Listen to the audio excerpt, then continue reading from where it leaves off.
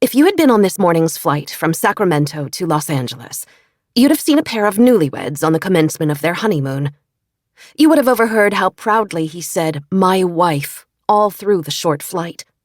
Her voice, muffled and timid, speaking into his shoulder, "My husband." After disembarking, oblivious to the heat and absurd humidity, they hovered at the arrival gate, then in front of the Terminal 6 Starbucks, where flies swirled in sluggish arcs. They're at the luggage carousel now, standing hand in hand, her pretty sundress wrinkled from sitting. They are good-looking, you think to yourself. The full bloom of their youth like a flashbang to your senses. But then a black town car pulls up just outside the sliding exit doors, and they're whisked off. Slowly, slowly, the newlyweds are shuttled along a jammed freeway, heading away from the busy beaches, where the sea is warm and the sand scorches bare feet.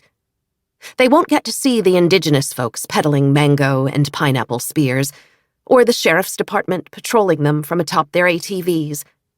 Just as the surfers out in the water won't ever know the dappled pattern of sunlight along Wilshire Boulevard at this hour. They're passing the university now, its students squabbling over politics and fair trade coffee beans, its faculty checking their bank accounts, trying to figure out the math. How much do I make an hour?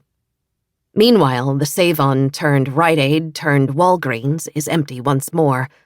Dust on a for lease sign is a very particular kind of sadness. The ficus trees have become more numerous, their gigantic, bulbous heads sprouting up and out across the street. Deeper and deeper, the town car travels into Beverly Hills, into these landscaped, expansive grounds, verdant and shaded and very green. This is where the sleek animals live. Everything expensive and pristine, the houses not like anything the couple has ever seen. Different from the mobile homes, the 1- or 2-bedroom apartments, the suburban neighborhoods. And there, springing up from this dense tropical jungle, is a stucco Mediterranean palace. Green and white candy-striped awnings fluttering in the hot, dry wind, facade as pink and angry as a sunburn. This is the town car's destination, the Pink Hotel.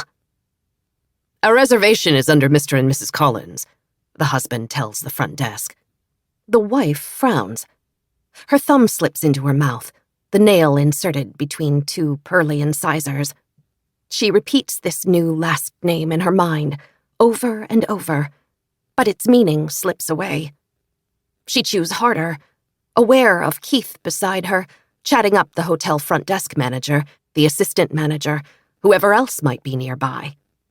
His new Panama hat tilted to the side for affected casualness, mustache trimmed to a neat little edge, his hand searching for hers. They are Mr. and Mrs. Collins. The past 24 hours have been a series of rapid transitions for this newly minted wife. She has not had time to adjust. Grains of rice are wedged into the dark corners of her purse from when the civil servant said, "You may kiss the bride," and all their friends from the restaurant showered them with the bleached white grain. Then, like every proper wedding, even the small ones, there was champagne and cocktails and dinner and dancing. A Bloody Mary at the airport before their flight did nothing to ease this morning's headache.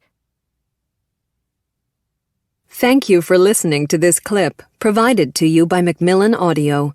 To hear more, look for this title wherever audiobooks are sold.